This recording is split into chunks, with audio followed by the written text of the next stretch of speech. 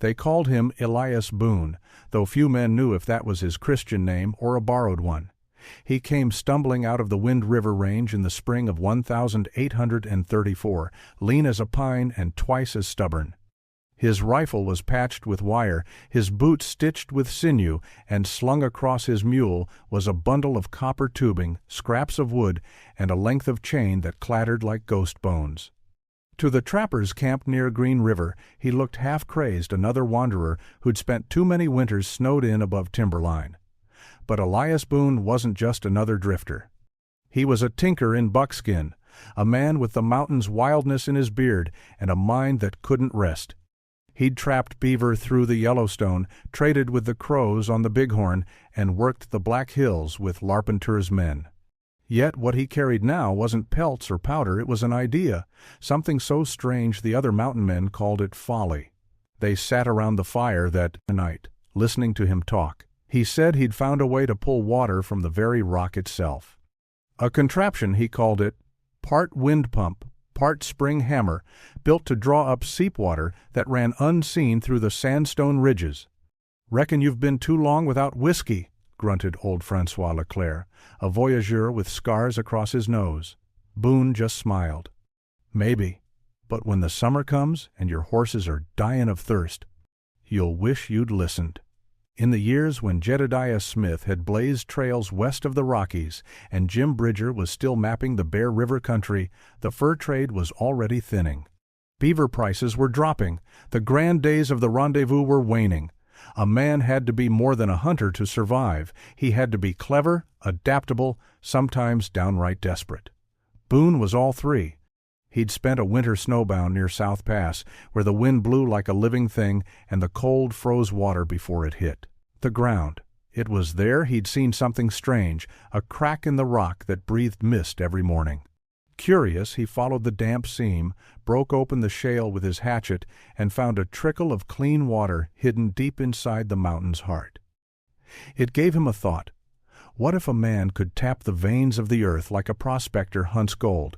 What if he could make the rock itself yield water, even where no stream ran? He tore pages from his journal and scribbled sketches, copper tubes bent like ribs, a wooden piston, and a leather valve. He'd seen something like it once in Street. Lewis, a miner's air pump, used for wells, but his would be smaller, lighter, and driven by wind instead of muscle. The mountain men laughed when he spoke of it. Still, Boone scoured the camps, trading beaver tails and bullets for scraps bits of brass, leather seals, anything that could fit his vision. By midsummer, on a high ridge above Horse Creek, he built it, a contraption of copper and pine, braced between two boulders. The wind turned a crude wheel, a rod rose and fell, a hollow thump echoed inside the rock. And then, with a sigh that seemed to come from the mountain itself, water began to trickle from the crack below. The men stood speechless. The trickle grew to a thin stream, clear and cold as melted snow. Boone cupped it in his hands and drank. "Told you," he said simply. Word spread fast along the fur trails. Men from Fort Bonneville came to see the rock pump, and even a few from the American Fur Company rode up to look. Some said it was witchcraft. Others called it luck. But those who'd lived long in the mountains knew better. Nothing in the wilderness came without cunning or sweat. Boone's machine was rough, but it worked. It used a hollow reed and a flapper valve of bison hide, driven by a wind vane cut from elk antler. The pressure it built forced groundwater up through fissures, enough to fill a keg each day. To men who'd hauled snowmelt miles for camp, it was a marvel. Charles Larpenteur, who'd met Boone later that fall, wrote in his ledger that a wanderer out of the Wind River country contrived a pump from the living stone, a curious thing indeed. Whether that note survives in the full journal is uncertain, but the story passed through trappers' talk like wildfire. Boone, however, wanted no fame. He packed up after the rendezvous of 1835 and vanished toward the Snake River country. Years later, when the fur trade collapsed and the old hands took to guiding emigrants west, some swore they'd seen Boone's handiwork still trickling from the rocks near Green River. The copper was green with age, the wooden braces gone, but the water still ran. Historians often call such tales frontier myth. Yet the idea of Boone's crazy machine wasn't far from real ingenuity of the time. Jedediah Smith himself carried a collapsible forge for repairing rifles. James Beckwourth described men who made bellows from buffalo bladders. And Kit Carson once used a hollow reed to siphon water through a ridge when his horses were dying of thirst.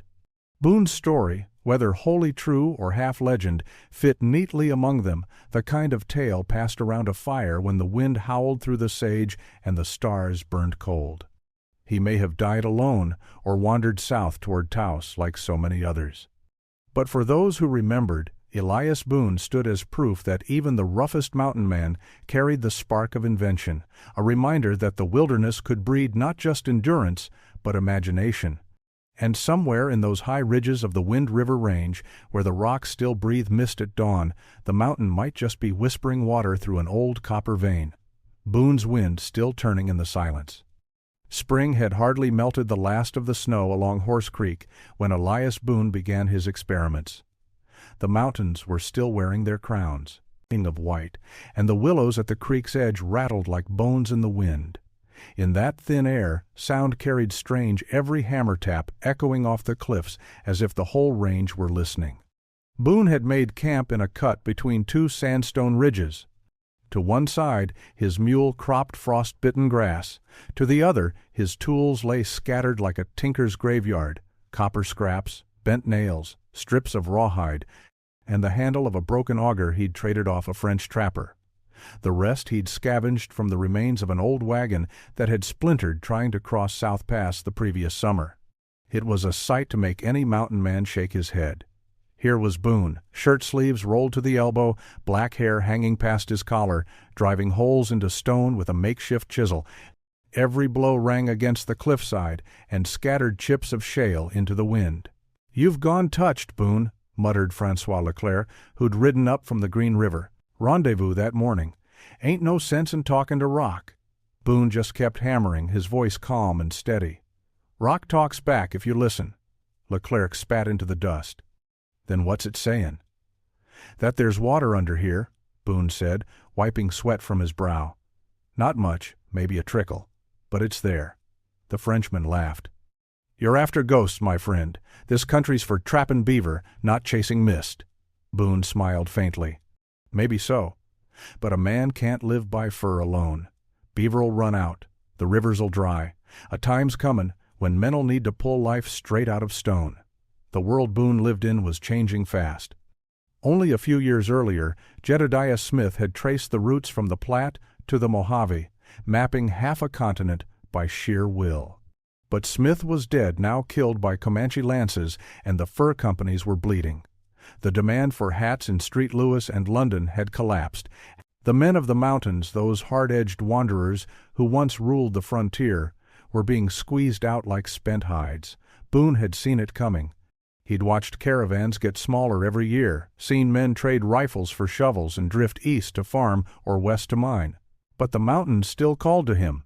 He wasn't made for towns nor for bowing to merchants in waistcoats.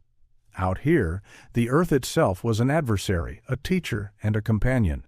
He'd been camped high in the Wind River Range the winter before, when the idea struck him. Food had run low, snow had buried the creek, and his mule had nearly starved. But one morning, while cutting firewood, he noticed a patch of bare stone steaming faintly in the cold. He knelt, pressed his ear to the rock, and heard a murmur, a hollow whisper like wind moving through a hollow log. He chipped away the crust and found a damp fissure, beads of water forming even in the frozen air. That's when it came to him. The mountain itself was alive with hidden rivers, water moving through seams and caverns unseen. If a man could build a tool to coax it out, draw it like a vein from flesh, he could drink anywhere. That winter he sketched the first of his plans in charcoal on a strip of birch bark. The design was crude but clever. A hollow reed wrapped in copper sheathing, fitted with a leather flapper valve, and driven by a simple wind wheel. As the wind turned the vane, it would lift and drop a piston, forcing air pressure into a fissure and pushing groundwater to the surface. In his own words, scribbled later in his journal, Boone called it a breath-maker wind into water. By May, he had gathered what he needed. At the rendezvous on the green, he traded a cured elk hide for a coil of copper tubing and a handful of iron nails. From a half-blind carpenter named Tom Levin, he took an old wagon wheel hub to carve his piston housing. The men laughed when they saw his load. "Boone's gone tinkerin' again," said a Crow interpreter named Antoine. "He'll be talking to spirits next." "Let him tinker," said old Jim Bridger, who happened to be there that spring. "Ain't no harm in a man workin' with his hands, long as he don't try to sell us wind." But curiosity gnawed at them all. When Boone packed out toward Horse Creek, 2 men followed Leclerc and a young Kentuckian called Rube. They wanted to see just what kind of madness this drifter was chasing. Boone worked for 6 days straight. He drove the copper tube into the rock seam, sealed the gaps with pitch, and braced the wind wheel against a juniper trunk. Every evening the wind howled across the ridge, setting the wheel to turning with a creak and a sigh. Nothing happened at first but noise. Leclerc called it folly. Rube laughed until his ribs hurt, but Boone stayed silent, adjusting the valves, tightening the seals, listening for the rhythm of the pump. Then, on the 7th morning, while the sky still burned pink with dawn, something changed. The wheel began to move on its own, slow and steady. The piston thumped in a hollow beat, whump, whump, whump, and a faint hiss rose from the crack in the rock. Boone dropped to his knees. A thin ribbon of moisture glistened along the stone. It gathered, thickened, and at last a drop fell, splashing against his palm. Then another, and another. Within minutes a thread of water was running freely, clear as glass, cold as melted snow. Leclerc's jaw hung open. Mon Dieu! Rube bent low and touched it with his tongue. "Sweet," he said, grinning. "Ain't creek water, neither. Tastes like it come right from the mountain's heart." Boone only smiled. He sat back on his heels, eyes fixed on the little stream. "Told you," he said softly. "There's water in the bones of this land." That evening they filled a keg from the flow and watched the sun set over the Wind River peaks. The sky flamed red, and the light struck the copper pipe till it glowed like molten gold. Boone spoke little, content to listen to the hum of the wind wheel turning in the dusk. "What'll you do with it?" Rube asked at last. Boone shrugged. "Ain't mine to keep. Just proof a man can make peace with stone." Leclerc shook his head, still half afraid of the thing. "You'll have priests callin' you a sorcerer if you show that contraption to the wrong folk. Let 'em call what they please," Boone said. "The mountains know better." In the days that followed, trappers came to see the miracle. They filled their canteens, studied the machine, and left shaking their heads. Some swore the wind carried Boone's name for miles that summer, half praise, half curse. But the drifter himself had no taste for glory. When the season turned, he packed his few belongings, dismantled the wheel, and vanished north toward the Snake Country. The ridge he left behind stayed damp for months. Even after the copper was gone, the water kept, flowing a trickle born of patience, pressure, and one man's stubborn faith in the impossible. To the mountain men who saw it, Boone's wind pump marked the edge between sanity and vision, between wilderness and civilization. And in those high places where wind and stone meet, they said you could still hear the faint, steady thump of that madman's heart, a rhythm of wind into water, madness into meaning.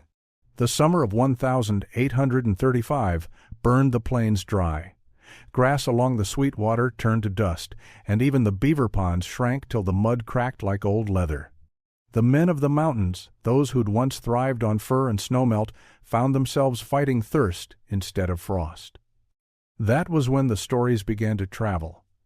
Whispers of a man who'd pulled water straight out of stone. At first it was a joke, told around campfires between mouthfuls of jerky. "Boone's got a mountain spittin' for him," one trapper would say, and the others would laugh. But as the drought worsened, laughter turned to curiosity, and curiosity to search.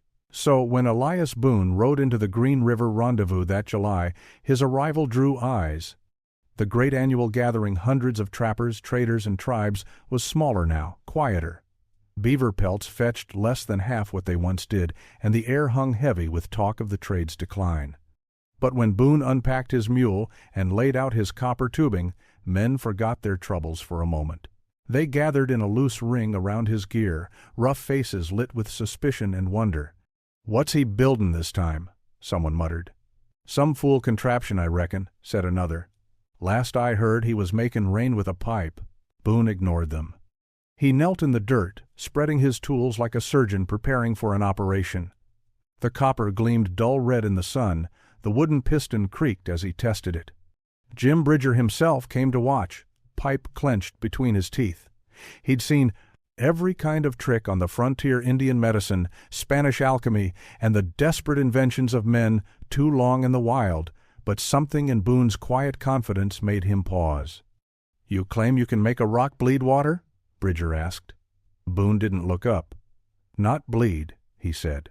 "Just breathe."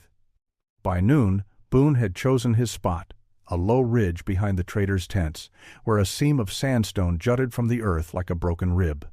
He worked slowly, measuring, tapping, listening. The crowd shifted impatiently as he drilled into the stone, driving the copper tube deep. Sweat streaked his brow, but his eyes stayed fixed, far away, as though he were hearing a sound no one else could. When he was done, he set the windwheel upright, a crude frame of ash, and hide that creaked when the breeze caught it.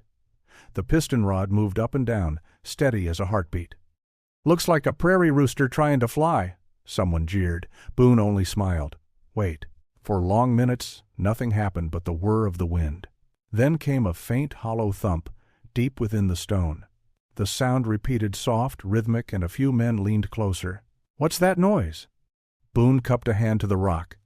"That," he said quietly, "is the mountain breathin'." A murmur rippled through the crowd. And then, like a miracle, water began to bead along the edge of the copper pipe. One drop, then two. Soon a thin rivulet ran down the face of the sandstone, pooling in the dust. Someone crossed himself. Another swore under his breath. Bridger stepped forward, crouched, and dipped a finger in the trickle. He brought it to his lips. "Cold," he said, surprised. "Ain't creek water neither fresh as spring snow." Boone nodded. "Groundwater," he said. "The rock holds it like a sponge. Just needs a breath to wake it." The news spread through the camp faster than fire through sagebrush. By evening, trappers from as far as Fort Hall were crowding the ridge, bringing canteens and kegs. Boone's machine clanked and wheezed, filling them one by one. Men who'd once mocked him now offered trade. Knives, powder, even pelts. Boone refused them all. "It ain't for sellin'," he said, "just for learnin'." Among the onlookers was Charles Larpenteur, clerk for the American Fur Company. He watched with a trader's eye, noting every detail.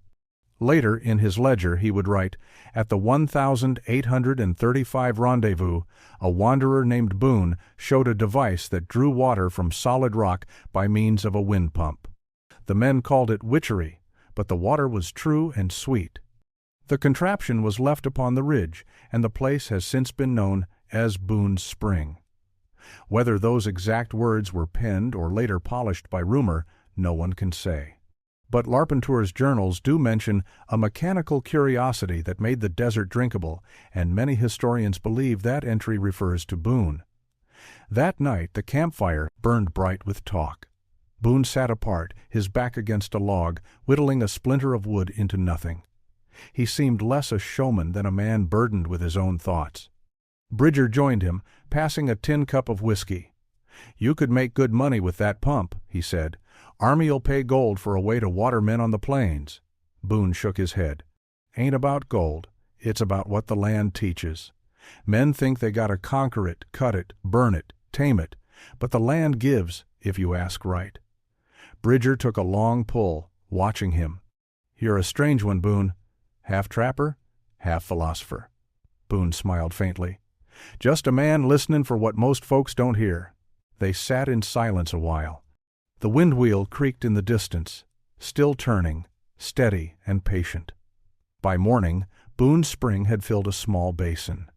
Women of the Shoshone camp came to draw from it, murmuring prayers to the spirits of the stone. Boone greeted them, kindly, showing how the copper tube breathed with the rhythm of the wind. To them, it was no witchcraft, only a man learning the language of the world. But not all eyes were friendly. The American Fur Company men began to whisper. A machine that could pull water anywhere would mean independence for trappers, less need for trading posts, less control for the company. A week later, when Boone rode north toward the Snake River, two strangers followed. No one saw them again, but when a party returned to Boone's Ridge that autumn, the windwheel was gone, snapped clean off, the copper tube missing. Only the wet mark of a seep remained, slowly drying under the sun. Still, the legend had already taken root. Travelers along the Oregon Trail later spoke of finding a spring in the desert where no river flowed. Old-timers swore it was Boone's doing, the mountain still breathing where his pump once stood. In the years that followed, as the fur trade died and the frontier shifted westward, Boone's name became a kind of campfire shorthand for impossible ingenuity. Men told stories of him building snow forges, wind furnaces, even singing wires stretched across canyons to measure storms. Most were tall tales, born of whiskey and winter boredom. But that one story, the wind pump, the trickle from stone, was different. It carried the ring of truth. For those who'd seen it, Boone's contraption wasn't madness. It was a glimpse of something larger, a sign that the wild world still held secrets for those stubborn enough to listen. And so his name joined the quiet pantheon of mountain men who lived between legend and history. Smith, Bridger, Beckwourth, Boone. Men who walked alone into the unknown and came back with stories too strange to die. No one could say exactly when he'd left or where he'd gone. Some swore they'd seen him heading north toward the Snake River. Others claimed he drifted east with a band of crow hunters. One trapper said he'd found Boone's mule grazing alone near Jackson's Hole, the saddle empty, but the pack still loaded with copper scraps and tools. Whatever the truth, Boone disappeared into the wild in that quiet way the mountains have of reclaiming their own. But his name lingered like smoke after a campfire carried from one lonely post to another by men who'd seen what he could do. That summer, the drought worsened. The Green River ran low, the grass withered, and the beaver pelts rotted in the heat before traders could cure them. Men cursed the sky and prayed for rain, but none came. It was then that someone remembered Boone's Ridge, the place he'd made the rock breathe water. A small party of trappers rode out to find it. They followed the same path Boone had taken the year before, winding through juniper and shale until they reached the sandstone outcrop that jutted like a broken tooth above the plain. The wind was hot, and the air smelled of dust and sage. They found no machine, no copper pipe, no windwheel. But when one of them brushed away the sand, his hand came away wet. A thin trickle still ran from the stone, clear as glass. "Boone's Spring," one whispered. They filled their canteens in silence. No one spoke of witchcraft this time. News of the spring spread along the trade routes from the Green River Rendezvous to Fort Laramie and beyond. Travelers began to mark the place on crude maps, calling it Boone's Rock or the Drifter's Well. Some said the water never failed, no matter how hot the summer or how long the drought. In the journals of Charles Larpenteur, an entry appears from that same year, passed again near the ridge where the trapper Boone had once raised water from the stone. The device is gone, but a seep remains, enough to fill a flask. The men still speak of it as if it were a holy spring. Strange what endures in these wild places. It was not the kind of note that would earn a line in a history book, yet it stood as one of the few written acknowledgments that Boone's invention had existed, proof, perhaps, that the story was more than a campfire fancy. By the 1,840 seconds, the fur trade was dying for good. The beaver, once the lifeblood of the mountains, had been trapped near to extinction. The great rendezvous of the past were gone, replaced by scattered posts and empty trails. Men like Bridger and Beckwourth turned to guiding emigrant trains, leading settlers west across the high country. Boone had once roamed alone.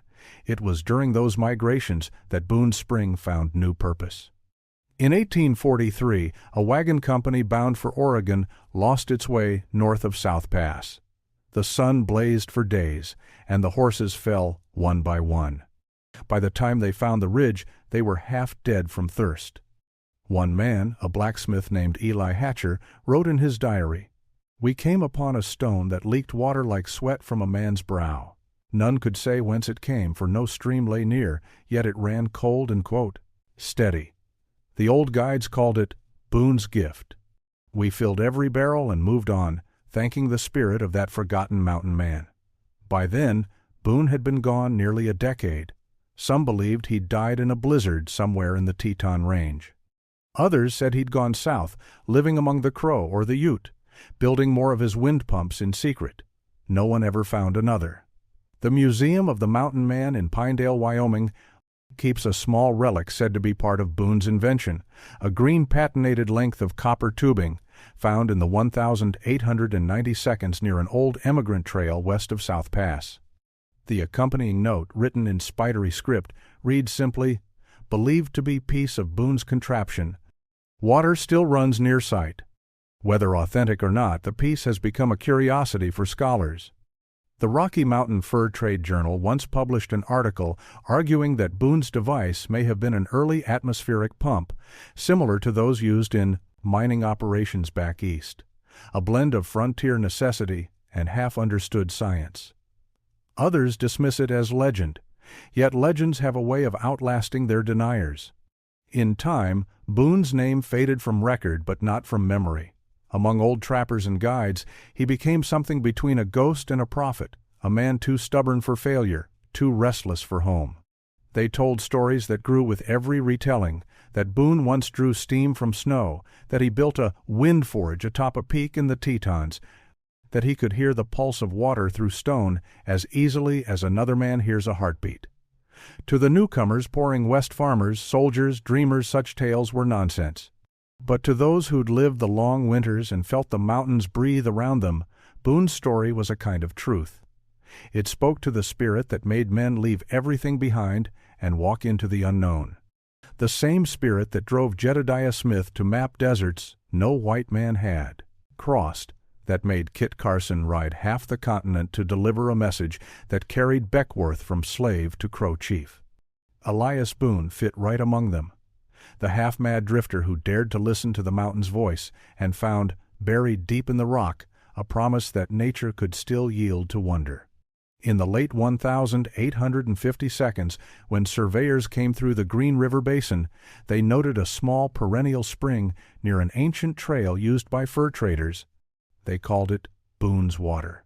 The name stuck, printed on maps and passed down through settlers' tongues until it became a simple landmark, stripped of story. Yet if you travel there today, the place still bears a strange feeling.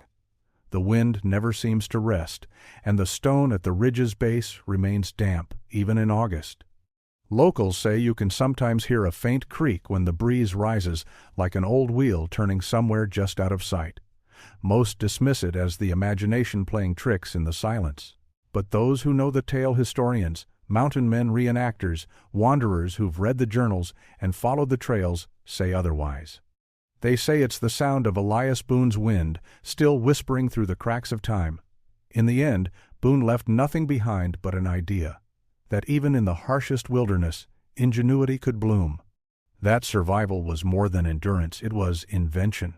Long before engineers brought steam engines and aqueducts to the frontier, a ragged mountain man, armed with nothing but a mule, a hammer, and belief, had looked at bare stone and seen life inside it. The records don't call him a hero, nor even a real inventor. But among those who cherish the old mountain stories, the journals of Smith, the pages of Larpenteur, the fireside legends that shaped the West Boone lives on, not as a myth, but as a reminder that the line between madness and genius in the high wild country was often no thicker than a breath of wind. And somewhere, out there, beneath a ridge of red sandstone and endless sky, that breath still moves, pulling water straight from the rock. By the summer of 1862, the frontier had changed beyond recognition. The fur trappers were gone, the great beaver trails now rutted by wagon wheels. The wild gatherings along the Green had given way to army posts, trading depots, and the steady crawl of the emigrant road. Yet, even as the West filled with towns and telegraph lines, there were still stretches of land so empty a man could hear his own pulse beating against the silence. One such place lay at the edge of the Red Desert, a lonely rise of sandstone that the emigrants called Boone's Ridge. The name had outlasted memory, surviving on maps and in the mouths of teamsters who knew little of its origin. To them it was just another landmark, a good place to rest and fill barrels from the trickling spring. But to one man, that name meant something more. His name was Silas McKean, a surveyor out of Street, Louis, sent west with a small detachment of Army engineers to chart potential sites for telegraph stations. McKean was not a romantic man, practical, sharp-eyed, more at home with a slide rule than a rifle. Yet he carried with him a fascination for the old mountain stories, especially those of the early trappers who'd opened the way. Among his papers he kept a worn copy of The Life of Kit Carson and a dog-eared pamphlet from the Museum of the Mountain Man, which mentioned, almost in passing, a drifter named Elias Boone who had once pumped water from stone by wind power. McKean had laughed at the notion when he first read it, but the image lingered a lone figure on a ridge, coaxing life from the bones of the earth. When his unit camped at Boone's Ridge that July, McKean couldn't help but wonder. The spring still ran, a thin thread of silver against the red rock. It bubbled from a fissure halfway up the slope, steady and cold. He crouched beside it, ran a hand through the damp soil, and saw, half buried in the dust, something green and glinting, a corroded ring of copper. He pried it loose with his knife and held it up to the light. It was part of a tube, its surface pitted by years of wind and rain. Around it clung remnants of pitch, hardened like black glass. McKean turned it over in his palm, thoughtful. "By God," he murmured, "it's true." The following week, McKean and his men excavated more of the site. They found what remained of a wooden frame, rotted nearly to dust, and a few nails hammered square by hand frontier work. A few inches deeper lay another section of copper tubing, wider than the first and bent at an angle. McKean sketched it all in his field book, labeling each piece as best he could. At the bottom of the page he wrote, "Probable remains of Boone's device, a primitive air pump designed to force groundwater from fissures by wind pressure. Demonstrates early frontier engineering and remarkable ingenuity for the period." The lieutenant commanding the survey detachment laughed when McKean showed him the sketches. "You're chasing ghosts," he said. "Some old trapper's camp junk, nothing more." "Maybe," McKean replied, tucking the copper tube into his pack, "but sometimes ghosts are worth listening to." When McKean returned to Street, Louis, that winter, he presented his findings to the Missouri Engineering Society, a modest audience of professors, machinists, and military men. He laid the artifacts on the table and recounted what he'd seen. The old-timers smirked, but the younger men leaned forward, fascinated. An assistant from the arsenal examined the tubing and concluded it could indeed have functioned as part of a low-pressure siphon, the sort of device used in Europe to ventilate mines. Yet the design was primitive, hand-hammered, clearly the work of a man with more imagination than tools. McKean published a short paper the following year, On a Frontier. Method for drawing water by air pressure. It mentioned Boone by name and credited him cautiously as a mountain man of unrecorded birth, demonstrating early Western experimentation with wind power and hydraulic lift. Most readers skimmed over it. The Civil War was raging. The world had little time for tales of trappers and tinkers. But among a small circle of engineers, men building pumps and irrigation systems for the growing West, McKean's report sparked curiosity. One of them was Hiram Hollister, an inventor working in Denver Territory who later designed the wind ram pump used on frontier homesteads. In his journals, Hollister wrote, "McKean's account of Boone's contraption proves that the principle of atmospheric pumping may be accomplished by the simplest means. I would credit that ragged mountain genius as the first to draw breath and water in the same motion."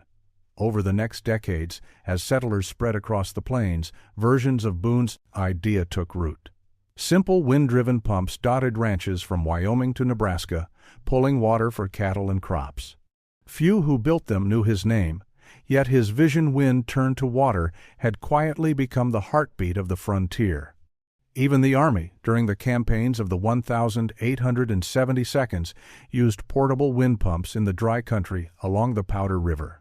The design credited to Captain Hollister's field rig bore an uncanny resemblance to McKean's sketch of Boone's original.